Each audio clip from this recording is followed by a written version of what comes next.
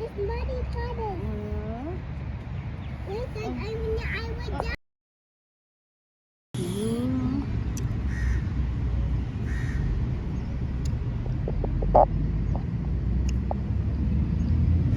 Hi guys! Good morning! So, nandito kami sa park para mag-walking at mag-breakfast.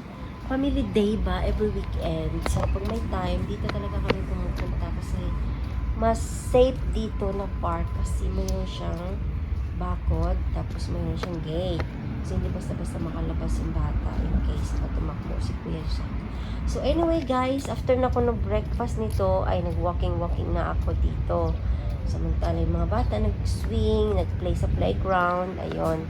So, after ko nag-walking, ayan, gusto ko lang i-greet ng happy 60 birthday ang aking tita na nag-alaga sa akin simulat sa pool. Ayan siya.